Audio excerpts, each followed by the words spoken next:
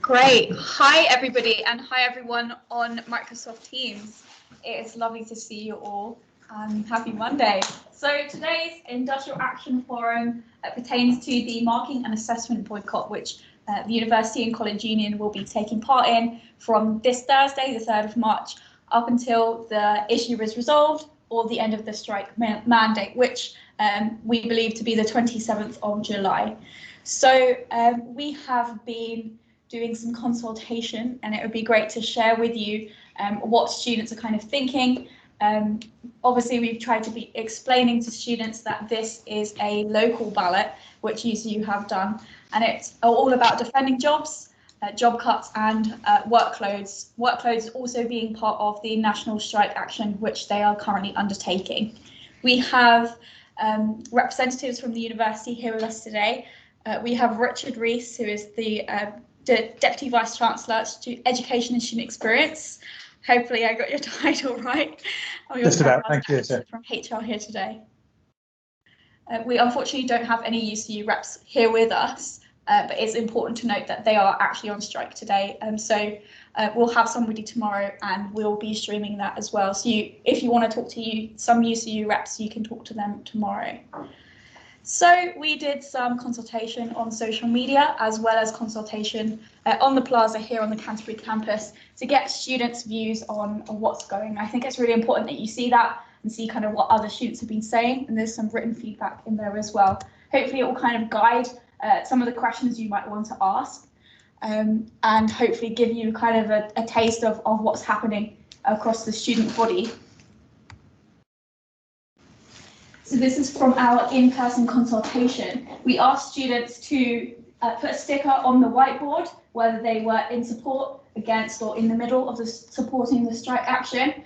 We also had some written feedback. So that some of the themes that emerged from this are that lack of staff means lack of student help, and that really kind of goes back on that idea of the teaching experience is the learning experience that we saw over the national strike. There was also some comments about the amount of money that went to the senior leadership team of the university, as well as the profit against the budget that was set by the university last year. But also some stuff around how the student body supported the previous strikes and now students feel let down by how far the line has gone, and lots of stuff about the amount of student income that goes to the university, and how international students in particular pay so much money but have seen so much disruption. And we also did some social media consultation, if you can show that. So I didn't particularly want to change people's comments. I have censored some cussing, so I hope that's okay. Obviously there is some more negative support coming from students on social media. It's important to note that because we use Instagram, maybe there's some limitations there, and that we didn't particularly speak to as many students who are postgraduate researcher students or students who teach, who will be taking part in action with UCU, whereas we did get quite a lot of students who teach in the plaza. So a lot of the emerging themes from this are that the student body really needs to have a vote in supporting this action. And hopefully your comments from today and your questions will be going to our Kent Union Parliament meeting on Wednesday for students to vote. And there's lots in there, concerns, stresses, how students really feel let down and overwhelmed, and how they really feel as though they are unsure about whether they'll get their degrees in on time, concerns about graduate jobs and what their future employers will think if their transcripts are being withheld. And again, lots of stuff about the value for money, given that students, home students pay £9,000 a year if they're undergraduates, and a lot more if they are international students. So I hope that kind of gives you a flavour of what's going on across the student body. Of course, it is, like every piece of strike action, really kind of divided across the student body. There's lots of students, especially postgraduate researcher students, who do believe that it's really important the student body stands in support of UCU action. But of course, lots of undergraduate students who are a little bit more on the other side of the scale, whether they think that the impact is just too much compared to the kind of benefits that we'll have, and that real calculation in what it looks like to bring value to supporting the action from the student body. Of course, this is kind of part of an ongoing worry from UCU that their jobs will be cut or that there will be compulsory redundancies. But it would be great if the university could maybe comment and give some clarification on that. I know there have been some rumours. I don't know if there are any arts and humanities students in there, but I've heard rumours that Rutherford is being taken down and whole departments will be cut, and that isn't true. I just want to clarify that now. You won't be able to, you won't be stopped from continuing your degree. Certainly, but it would be great to hear from the university. I don't know if Richard, you want to speak, but it'd be great to have you up, Martin. Yeah, I'm very happy to do so, Aisha. Hopefully everyone can hear me. Right. Yeah, it's just been 2 seconds. Sorry, Richard. No problem. Just give me the nod, Lauren, whenever I can begin. I don't know if I'm going to be able to get Richard to come out of my laptop now.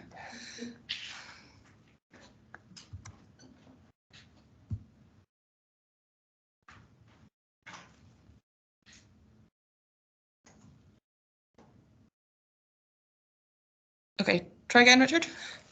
How's this? Any better? Nope. Oh, wait. Right, go. Try again? Yeah. Oh, I can hear myself now, so at least that's something. Am I okay to go, Lauren? Yes, go for it. Excellent. Thank you very much. Thank you, Aisha. That was really helpful. Thank you for the introduction, and really interesting to see the survey work that you've done. I'm not surprised, I have to say. I think that you know what the university is trying to do is to make sure that no student is disadvantaged through this process. For those of you who have not come across me before, my name is Richard Rees. I'm the Deputy Vice Chancellor for Education and Student Experience. So Aisha, you did get the title right. Well done. What I'd like to do is just to set out, just in a few minutes, I think it's more important, rather than me talking for half an hour, which I'd be very happy to do so, but I think it's more important that I set out some brief points just to try and put this into context, and then make sure there's plenty of time for questions. So I'm online, and my colleague Martin Atkinson is in the room. So hopefully between us we should be able to cover anything that comes through. So again, just for context, and pretty much as Aisha has outlined, the local University College Union branch at Kent has announced an additional period of action short of a strike, beginning after the current strike action finishes. So from March the 3rd onwards, and this includes what's being described as a marking and assessment boycott. The rationale behind this is that the university has refused to rule out compulsory redundancies for a period of 2 years. This has actually it's not a changed position from the university. We've consistently had a long-held view that we are unable to completely rule out possible compulsory redundancies. But compulsory redundancies are absolutely always a very last resort amongst our staff. We value our staff hugely. We know that they are by far and away our most important asset. And what we want to make sure that we do is have a situation where the university is financially secure so that we can move forward. And we do need to reduce costs. There are certain areas where student numbers aren't being recruited in the same level as they were. So we need to find ways of potentially reducing costs. But compulsory redundancies would only ever be a last resort. And I'd like to reiterate that we currently have no plans for any compulsory redundancies. So it's really regrettable that this action is being planned. We are continuing our discussions with our local UCU representatives to make sure that we can prevent this if at all possible. Reviews of academic subject areas take place every year within the university. Every single year, we review all of our courses, all of our offerings to make sure that they are as appropriate as they can be, to make sure that they are attractive for students, and of course they are there on a sustainable footing. So we need to make sure that these are courses that students want, and of course we keep an eye on any emerging trends to make sure that the University of Kent continues to be an attractive place for students to come. There are examples, though, where we see a downturn in the numbers of students applying for a particular subject at the university. Again, this is not unique to Kent. Other subject areas will see that. either nationally, there's a national trend for students not engaging or enrolling on certain subject areas. And of course, there are other subject areas where numbers are increasing. But we need to make sure that what we're doing is appropriate in the Kent context. So compulsory redundancies are absolutely something that we are not planning. It would only ever be a last resort, and that last resort would only be there if we need to make particular savings in an area in order to make sure that the experience of everyone else at the university continues to be as good as it possibly can be. In terms of the action short of a strike, it's as I said at the very beginning, it's regrettable. The university doesn't want this to take place. We recognise the potential damage that it can have on students, but what we are determined to do is to make sure that we mitigate as much as possible any effects that strike action might, or that action short of a strike, should I say, might have. So we have mechanisms in place whereby if a piece of work is not marked, we can still come to conclusions that are sufficiently academically robust about your likely performance, either based on previous work that you've submitted for a module, or in some cases, previous modules that you've already undertaken. So we'll make sure, as a university, we'll make sure that you'll still be able to graduate. We'll make sure that you'll still be able to get all of the marks that you should be able to get. And if you're not a final year student, then you'll be able to progress from one academic year to the other. So we have in place mechanisms to be able to do that. And staff from across the university, be they academic or professional services staff, will work exceptionally hard during this period to make sure that you are not disadvantaged as a consequence of some members of staff taking action short of a strike, including the possibility of an assessment and marking boycott. So I think that's all I wanted to say, Aisha. I don't know if Martin Atkinson wants to add anything in the room, but again, more than happy to answer any questions that anyone either online or in person may have. I'm very aware that, Richard, I know you need to leave at 11:30. So does anyone have any questions specifically for Richard at this point before we invite Martin to speak? Favour?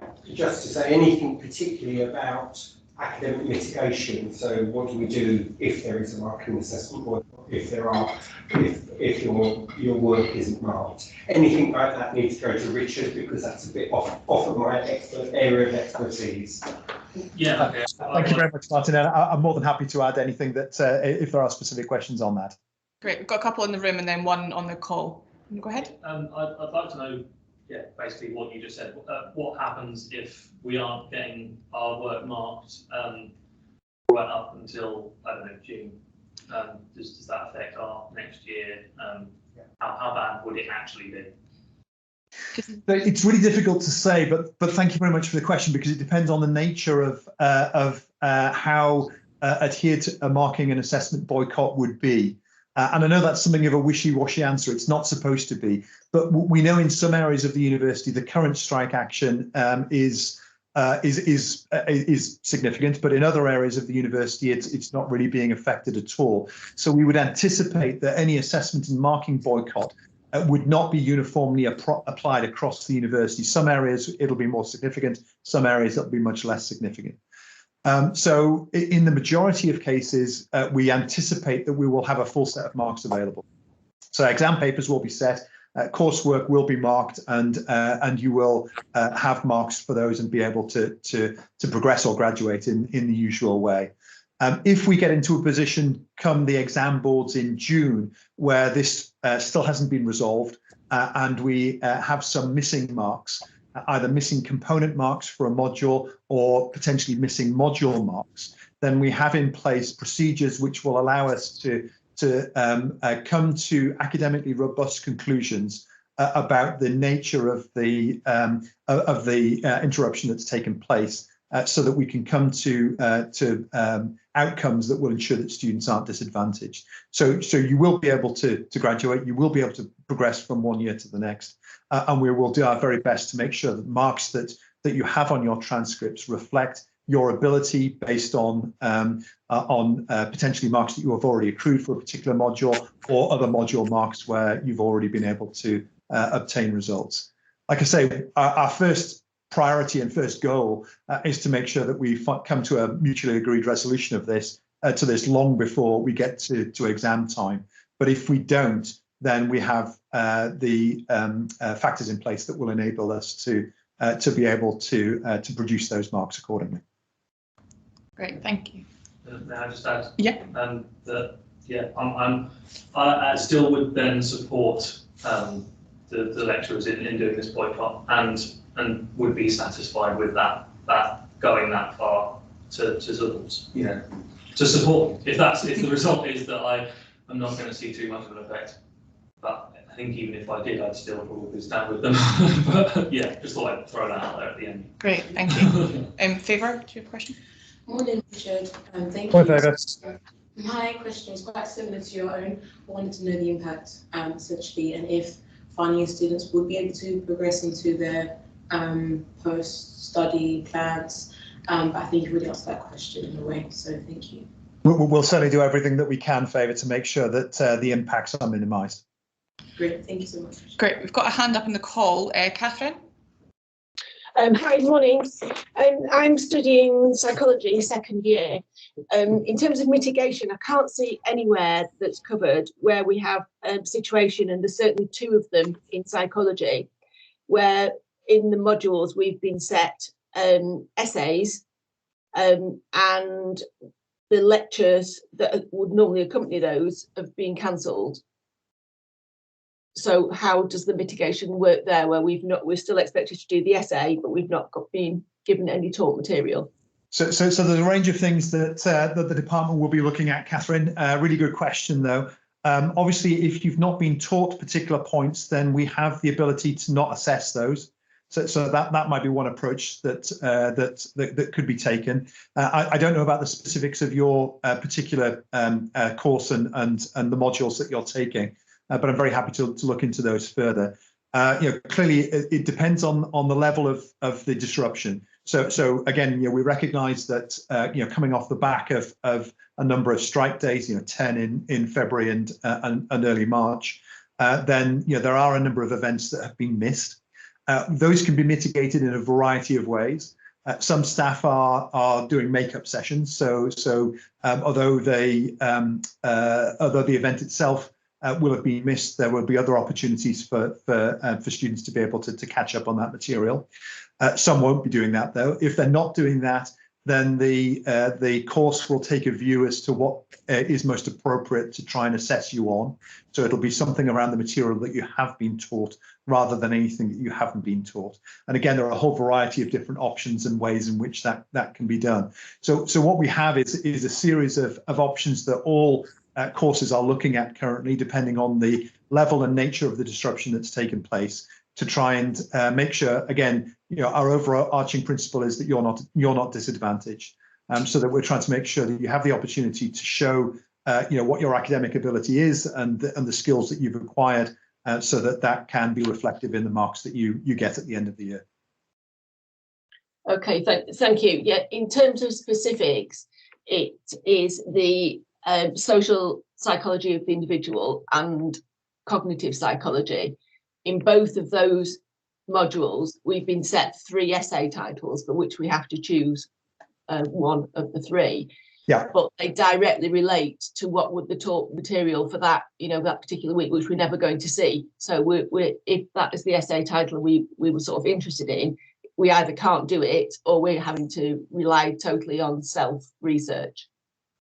Sure. Yeah, and again, the school will be looking at the options that are there in order to make sure that you have the appropriate choice that's still available to you in terms of essay topics, recognizing that you may have not been taught some of the elements that are there. But I'm very happy to chase that one up for you, Catherine. Thank you. So there's a question in the chat from Natalie. The first half of it, I think you've answered, but Natalie, if you want more clarification, please let me know. But the second half of the question, Richard, about considering compensation for the time students have lost due to the strikes. Could you speak to that? Yeah, I'm very happy to do so. There's a proposal being considered this afternoon at the executive group, which is the university's senior management group, based around the distribution of withheld strike monies directly to students. So when a member of staff is on strike, the university doesn't pay them for that strike day. Again, that's very common across the sector. I was really keen to make sure that it wasn't viewed that the university would be benefiting from that, because the main output from that is students having disrupted education. So we've collected that money together, and we'll be releasing shortly a mechanism by which that money is distributed directly to students. It will be based on the numbers of unmitigated teaching events that have been lost. We did a very similar thing in 2019-2020, which is our last period of industrial action, and that seemed to go down well among students. Great, thank you. I've got a hand up in the chat and a question. I've got two hands up in the room. So can I go to Ahmed first in the call? Yeah, morning, Richard. I think this is much more of a plea rather than a question, and it's the importance of communication from yourself and the university around industrial action, but also making sure that students are aware of what's going on. So I think from just a general student population, it's the importance for you to keep us up to date with what's going on, the conversations that you're having with staff, but just making sure that we're in the loop rather than being the last set of people that are emailed, or the final thing that happens is a student gets an email about industrial strike action. Yeah, thanks, Ahmed. I've tried to make sure that I've been keeping students in the loop as soon as we know when things are coming. So again, I'm sure everyone's sick to death of receiving emails from me because there's been a number either around COVID or around strike action that have come through. In the normal course of events, I would not be sending that many emails to the overall student body on the basis that I do. I've tried to make sure that I do that. Again, it's important to make sure that everyone is updated. What I've tried to do is to not set too many hairs running though. So although it's tempting to try and get something out there as quick as possible, sometimes I hold back a bit to make sure that I fully understand and appreciate what the impact is likely to be, and then make sure that that's released accordingly. Because I don't want to put people into a panic or a spin over something which may not happen. Now, clearly, with the marking and assessment boycott, again, it's still somewhat unclear as to what the impact of that is likely to be on an individual student. But we know across the board, the sorts of things that could happen, and it's at that point we've started to go out and try and communicate with students. But I appreciate your point that we do need to make sure that communication is as strong as it can be. Great, thank you, Richard. One in the room. Hi, yeah, I just wanted to ask what you're doing for the staff, what you're considering conceding to staff, how you're going to resolve this with them. Because although you've said that you don't want any compulsory redundancies, you've also said that if certain departments shrink, then you would have to consider them, and I think that's the worry. When it comes to reducing costs, I mean, of course that makes sense, but why does that have to be people? Why does it have to be staff that you end up cutting? Why not less buildings or whatever other projects you've got going on? It just seems to me that the staff's complaints are very reasonable, and it sucks that the impact on this is being felt by the students, but that's what a strike is.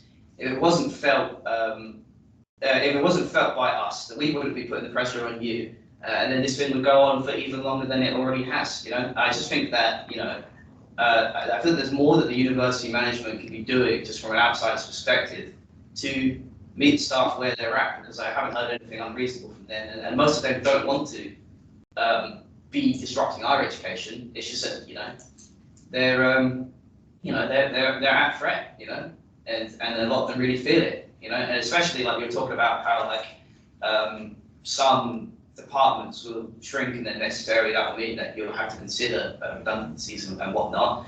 And a lot of that is obviously out of your hands, and it's due to COVID and the Russell Group removing the cap on letting people in and things like that. But it's COVID will hopefully not be a permanent situation. This pandemic we're in right now will be a permanent situation, and the staff in that case, they just want assurance that that there'll be a job for them. Still, and I think that that's reasonable enough as a person. Obviously, as a student, it sucks that things are being disrupted, but yeah, I just want to know that that you guys are doing something to meet the staff where they're at. I think you make some very reasonable points there. Clearly, as I've said, compulsory redundancies would only ever be a last resort. As a university, by far and away, our biggest cost is supporting our biggest asset. So around about 60% of our overall income goes to pay our staff. We have made cuts elsewhere. We've made very significant cuts in non-pay expenditure to ensure that the university is running as efficiently as it can be. Of course, staff costs are recurring every year. So because obviously we pay our staff every year. And what we want to make sure that we do is have an institution that is sustainable moving forward. Many of the expenditure that we make on new buildings, for example, is a one-off, and it's a one-off part that is paid through by what's called capital expenditure, which means that in general we can pay for that over many years through ways in which we present that data on our balance sheets. Staff costs are there; they're very significant, as they should be for an institution. But again, we would only ever look at our overall staff base to make sure that it is as appropriate as it needs to be to support the university, to support our students going through the university, but to support the rest of the university as well. So our staff costs are very significant, and we need to look at all aspects to make sure that the university is running as efficiently as it can do. Thanks, Richard. Do you find time for one more? I'm really sorry, Lauren. I'm going to have to go. I'm already being called into another meeting. Maybe if we do it in fact, I am literally being called into another meeting now. Perhaps I can hand over to Martin at this point, who might be able to take any other questions. But if people want to come on things, then I'm very happy to take them up if things are in the chat, or if people want to contact me directly, I'm more than happy to pick things up with them. We'll send you if we've got any more as well. Thanks, Richard. Thanks so much. Thank you. Was yours directly for Richard? Yeah. That's fine. We can send it over to Richard. Aisha, there's a question in the chat that I wonder if you would want to speak on from Zara. What do we do if we are not made aware of what lectures, seminars or practicals are cancelled? Some of us have to travel into campus. We aren't being told what is actually cancelled or what isn't. So we come to campus just to have no timetable teaching happen. Thanks, Zara. That's a really interesting question. I hope you can hear me. So the idea of a strike and of industrial action is to cause disruption. It's how people get leverage and it's how people get their disputes resolved, as Joe kind of rightfully said earlier. And so there's no need for a member of staff or a student who teaches to let their students know that they will be taking part in strike action before that piece of teaching that you'll have. And so for students who find themselves incurring costs as a result of travelling to campus for teaching or childcare costs, for example, then it would be really helpful if they can keep receipt of that, and then we are able to give them financial compensation. Obviously, it's really irritating to travel and spend time coming to campus if there is teaching that's missed. However, I would encourage you to make use of the facilities that we have here on campus. If you're on Canterbury campus, I would like to plug Woody's. It's great. Or you can obviously spend some time in the library. But just to let you know that direct costs that you will incur as a result of missed teaching, you can get financial compensation of that. And we work very hard with the university to make sure that you have that compensation. Great, thank you, Aisha. Just for the sake of people in the room and for the sake of the transcript, I'm just going to read a comment in the chat from Natalie. So more of a comment than a question. How do you judge unmitigated teaching in terms of potential compensation? Even if teaching is rescheduled, it may be of a lesser standard due to having to fit it in around other teaching or teaching for a shorter amount of time. I also think it's important for the university to acknowledge the overall disruption to what students expected of our degree. We are paying a fee based on educational expectations which are not being met, and I do not feel this is being adequately respected by the university. I am personally in third year and dread to think how much of my degree I have missed due to the many strikes since my first year. I think it's a really good point, Natalie, and it's something that we will try to kind of respond to when we send a couple of questions over to Richard. Sarah, I'll also pass your questions on to Richard, but Sarah has asked, can I please clarify if in the worst case scenario, none of our assignments between now and July are marked, the marks we get instead will be based on previous work in those modules. How is that a fair way to measure our progress? And it seems like a completely unacceptable situation. That's a very fair and very good question, Sarah. Thank you. And I will pass that on to Richard as well. I don't know if anyone has any further questions or comments in the room on any of those. Yeah, I just kind of wanted to address those. Natalie, that's a really good point. And some of the students that we were talking to on social media and on the plaza when we were doing consultation was that kind of worry. I graduated from psychology in 2020, and obviously we saw lots of industrial action in my cohort as well. And we cannot pretend that this isn't overwhelming and very disruptive for students. I would tell you to consider going to the advice centre, the Kent Union Advice Centre, and just kind of talking to them about what you can do if you have lots of misteaching. I'd also encourage you to use the Kent Union Academic Experience Reporting Tool to keep a personal record of that. Obviously, I wouldn't want you to go to the Student Support Wellbeing Services necessarily, because they have every right to strike as well. But I would encourage you to look at their website, especially, and see some of the resources that they have. And Student Minds is doing a great job as well, because lots of students are overwhelmed already. Even if there wasn't strike action and obviously the impacts of COVID, we would still be very overwhelmed. It's term 2, we're coming up to summer exams, it's a stressful time for us all.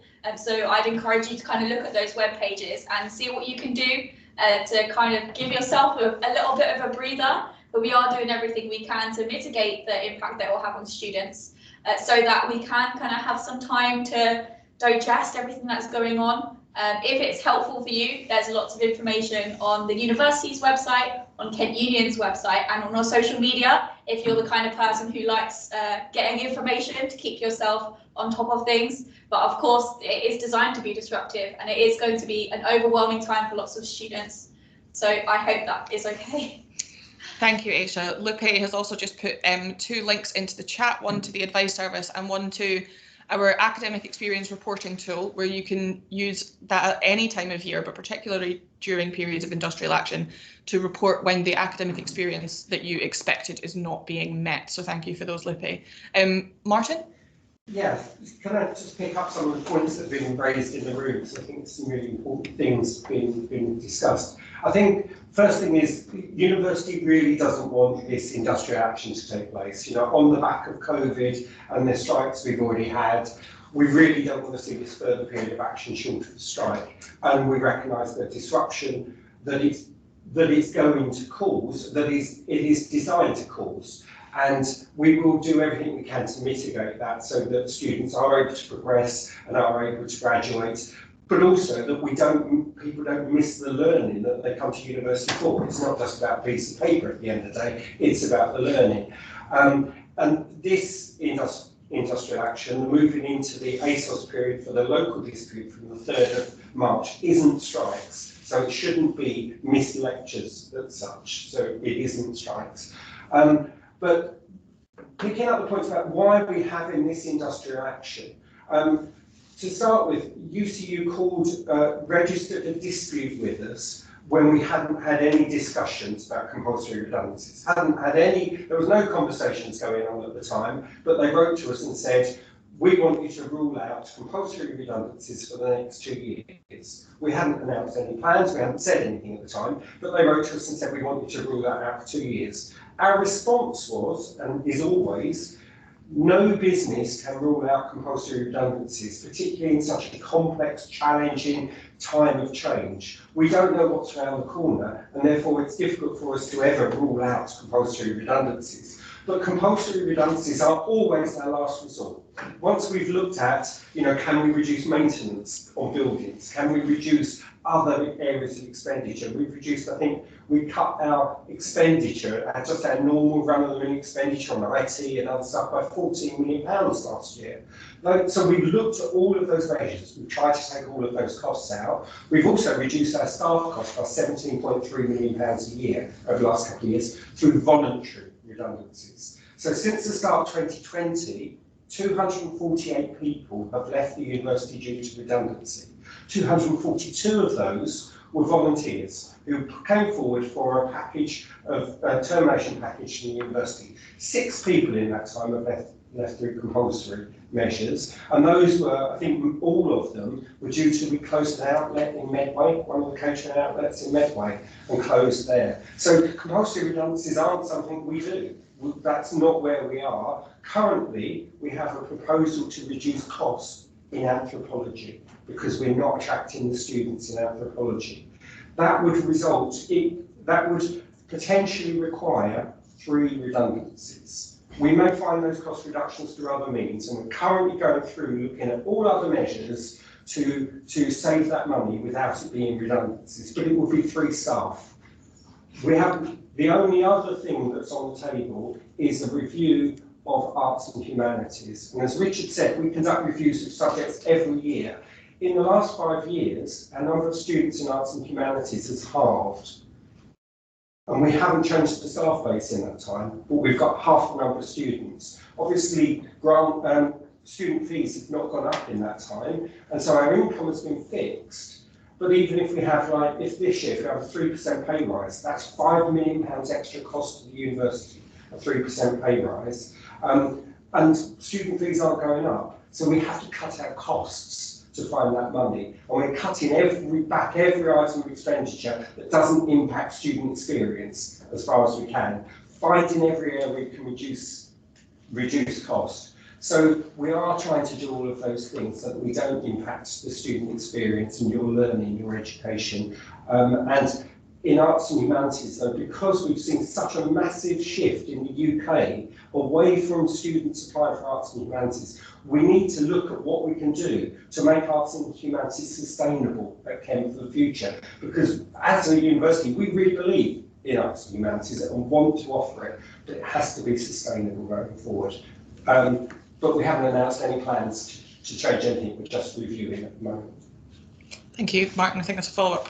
Yeah, a couple of things in response to that. Just like, if compulsory redundancies isn't something that you generally do, why can't you commit to not doing any compulsory redundancies for the next 2 years? If you're not going to do it anyway, and it would, make your staff happier, why not just say yeah? So we gave a commitment last year. So in about April, May, spring of 2020, we were asked to give a commitment. And we said, well, there's nothing on the table at the moment, so it was fairly easy for us to say, we can see to the end of the year. We gave a commitment to the end of the year. But we said to UCU at the time, we're cautious about doing that because we don't know what's around the corner. We were still in the pandemic. We don't know what's around the corner. And we might want to close a catering outlet, for example, or something, something where the bottom falls out the market, you're not making any money, you've got to close it, you offer staff redeployment, but staff legally are entitled to redundancy as well at that point, they can choose redundancy.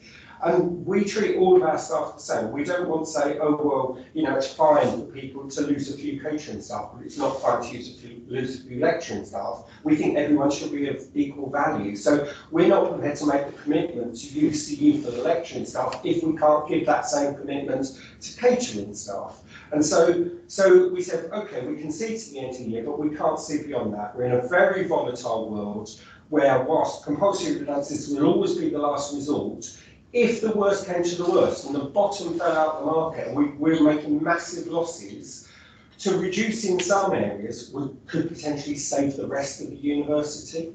And so we need to use it as the very, very last resort. But if you don't have that as the very last resort and you're facing a £50 million loss, what do you do?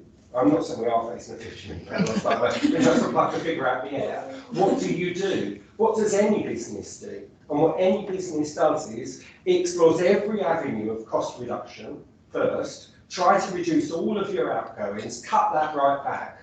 But then at the end of the day, as a business where 60% of our cost is staff, it's really difficult to reduce all those other costs without sometimes saying it's going to have to be staff cost. And we can do that by not filling vacancies, not taking on fixed term posts, not covering things. We can do it in a variety of ways. And then you'll ask for volunteers. But if you don't achieve the volunteers, what do you do at the end of the day? And you still have those losses. And none of us go into our jobs to make staff redundant. It is the last thing Karen Cox ever wants to do, is to preside over compulsory redundancies. But we don't, because we don't know around the corner, what's around the corner, we don't want to know what next year will hold. It's really difficult to remove that from the sort of toolbox that, you know, you might, as a last resort, have to use it. But that's why I think that it's a legitimate fear for staff and a good grounds to go on strike. You know, if you are saying that we're not sure if your dogs are a threat or not, well, that's just as well as saying that they probably are. But can And the anyone thing is offer that any the thing about guarantees? I think about this is that, you know, you keep saying that, you know, that any business does this and any business does this, but this isn't meant to be a business. It's a charity if anything. You know, it's not meant to be. It's not meant to be run for profit. You know, and if that is the case where it is nationwide, then that's a problem nationwide. And as university management, surely there is some political pressure that you could put on to make this not the case. You know, the thing is that there doesn't seem to be, you know, we talk about the student experience and the student experience, or what about the cuts to staff pensions, you know? Staff who've worked here for over a decade and can't afford to retire because of these cuts, you know? This just doesn't seem fair, you know, this is about, you know, we talk about numbers and what we lose 50 million and whatnot, but it's like, what about the people, you know? I'll just take the pensions point. If staff have worked here for 10 years, the pension they've built up is protected. No one can change the pension they've already built up. In that case, that's an exaggeration of anything, but people have worked for a long time. Yeah, sure, no, I take that. And, you know, the pensions, this dispute isn't, the dispute we're going into isn't about pensions. But, you know, you know, it is really a really difficult situation. And the university and UCU agree on almost everything about the pension situation. We all agree that that is a really regressive situation. We want a governance review, we want a better valuation, because we all hate the cuts that are being made to pensions. So we are as one on that in the university. Not every university might be, but we have an awful lot of agreement on that issue. It comes. We're not a business. We're not for profit. Absolutely, we're not for profit, but we still have to cover our costs, and we need to have to cover the ongoing costs and the capital expenditure to keep the fabric of the buildings maintained and stuff. We still have to do those things. So we just have to cover those costs and have a little bit of surplus to invest. I understand that the university needs to cover costs, you know, and it needs to make money to keep going. You know, it's just the part that I don't quite get is why you know, why you cannot, you know, guarantee, you know, the security of stuff that you already have. You know, but let's say, you know, take if our student demand falls such that we're taking in less students next year, and we've got to pay staff increases. So, you know, there might be, as I said earlier, 3% pay rise would be £5 million extra cost. Where do we find that £5 million extra cost from?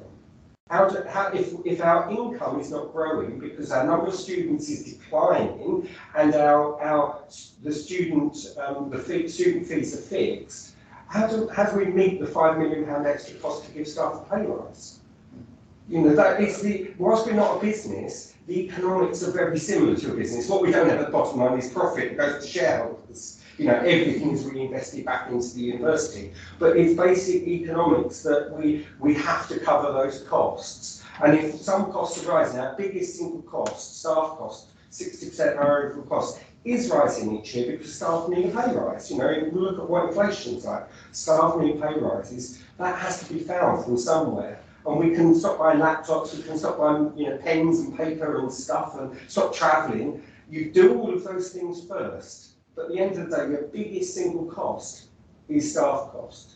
And so we have to at some stage say we can't keep increasing that staff cost. Look, you know, I'm not saying that like inevitably forever in the future, you know, there can't be like, you know, shrinkage in the number of staff or whatever, you know. Yeah. But it does I do just get the impression, you know, the very strong impression that the university management isn't doing all it can to meet the staff where they're at and to at least reach a reasonable compromise, because their demands are, I think, reasonable. And I think as well that this university, along with all the other universities in the country, do have a degree of political clout, you know, that they could be putting pressure on the government to actually, you know, meet these sort of, you know, funding shortages and issues that you face, you know. I mean, the thing is that, you know, the way I'm just looking at this is that this is supposed to be a service for the country, you know, and it feels as though either, you know, it feels as though it's being run too much like it is any other business. but it's not any other business. It's the future of the country.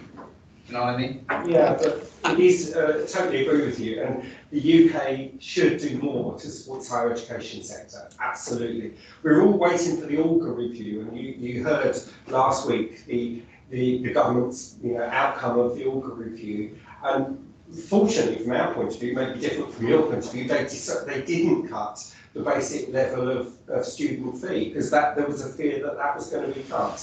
And that was maintained. So whilst it's not increasing, at least it was maintained. But yeah, I mean, I agree with you. And we do lobby. Karen's a member of Universities UK, where she goes on with other vice chancellors, and they're lobbying government all the time to try and get a better say for higher education and better funding for higher education in the UK. We do get that. But this present government is looking to more towards apprenticeships and other things, seems to be looking to reduce the numbers in higher education and reduce the place of higher education in our society. So that seems to be where the thrust of where the government's going currently, which is not where we want to be, and we will lobby against that. I am conscious of time and conscious that we're getting slightly off topic. There is another question in the room, Ed. I obviously listen to what points, I understand them. I understand why the university is at some strike position as well. And at the end of the day, they do say that this will last at the end of the year until strike action is removed, the 27th of July. So hopefully the university can find an agreement with UCU as soon as possible.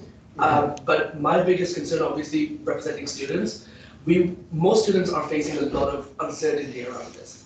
And majority of the stress comes from that uncertainty.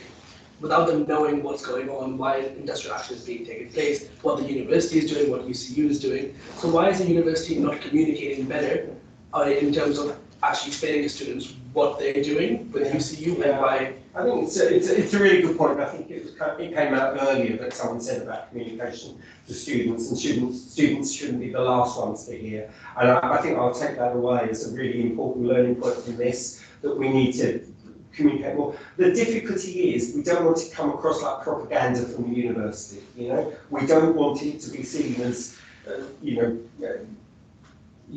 all intelligent people. We think you can make up your own minds on these issues. We want to give you the facts. So we'll do more of that. Absolutely. I think students just want that. We do really try to keep in touch with what's going on. More of the facts. Yeah. Great. Thank you.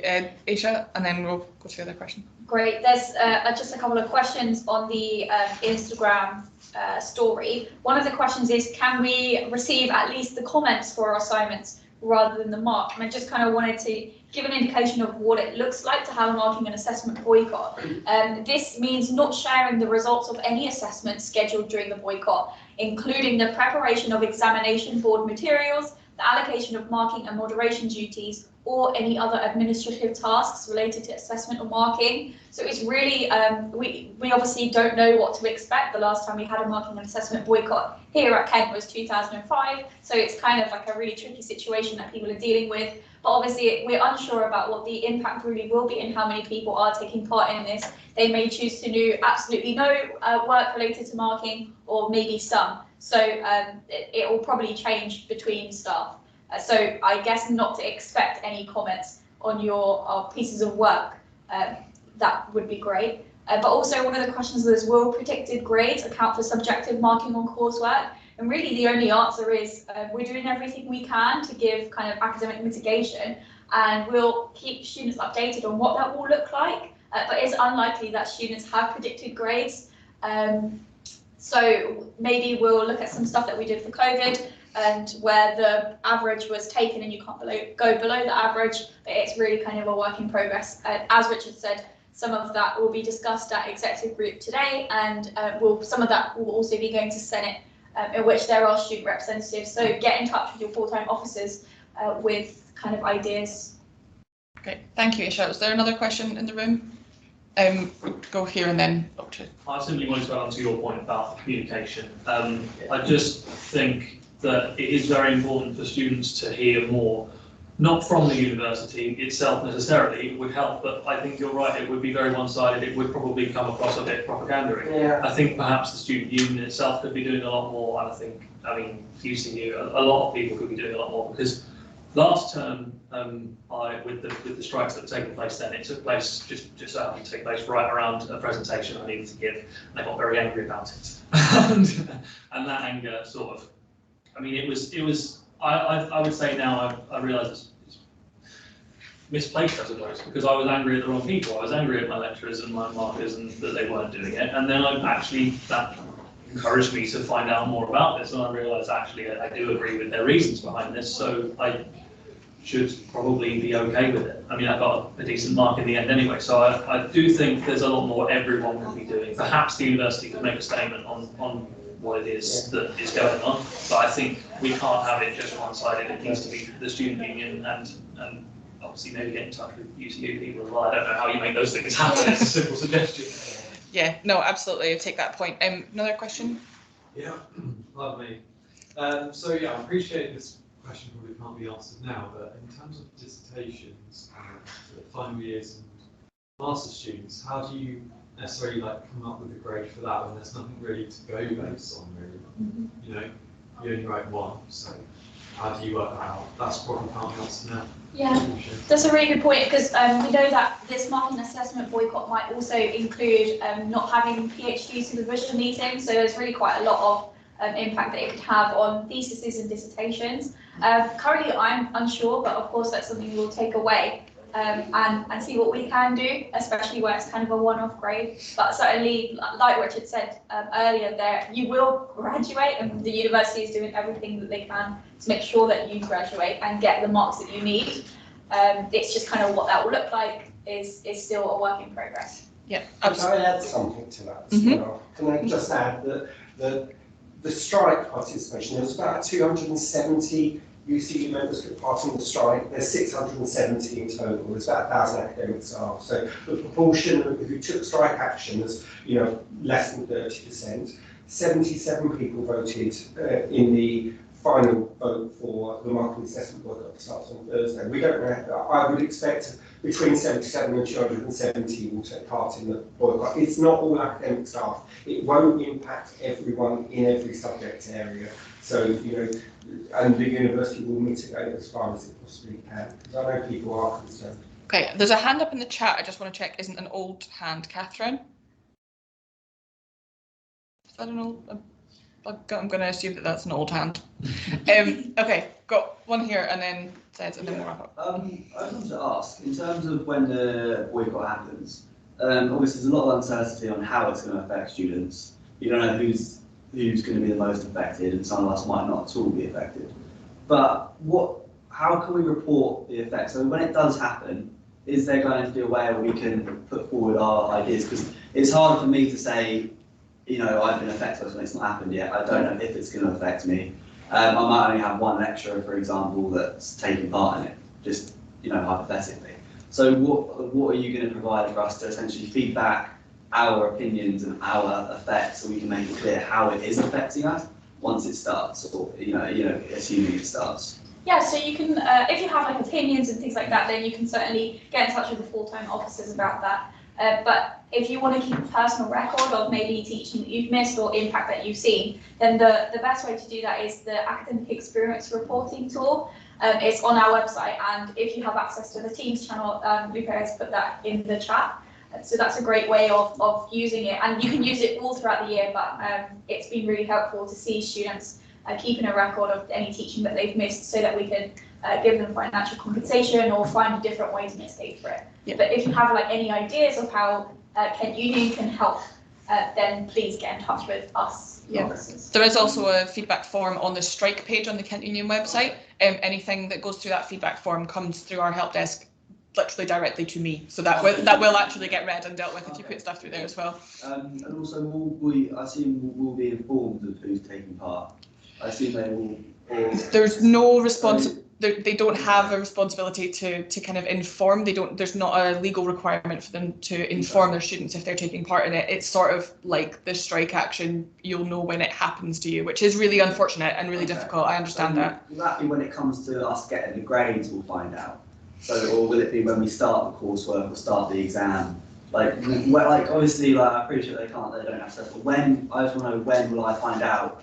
Is this going to get marked? Can I just, one thing you can do is ask them. Yeah. Because, I mean, we've told consistently, and I think UCU have always said, if you're asked a direct question, answer it honestly. You shouldn't be untruthful. So you can always ask them if they'll do that, and they should respond truthfully. Other than that, we'll know when people don't do marking, and then we need to take the point of communicating that to students that this lecture So it is. will come when once we have submitted it, and then maybe a couple of weeks later, when marks come out. Yeah. Then you go, okay, this is not being marked, and then we find out. Okay. But there's no obligation to say in advance that they will, but there is a general expectation of truthful answers if you like. Okay. Thank you. Was there one last question in the room? I basically wanted to just discuss the mitigation factors that I'm saying that the university is putting in place. Obviously, you guys have your own processes that work behind it, but students are directly but also indirectly affected by the strikes, because it's not just your academic experience, your mental health gets affected. Just hearing all of these news is very, very draining, especially after the years that we've had.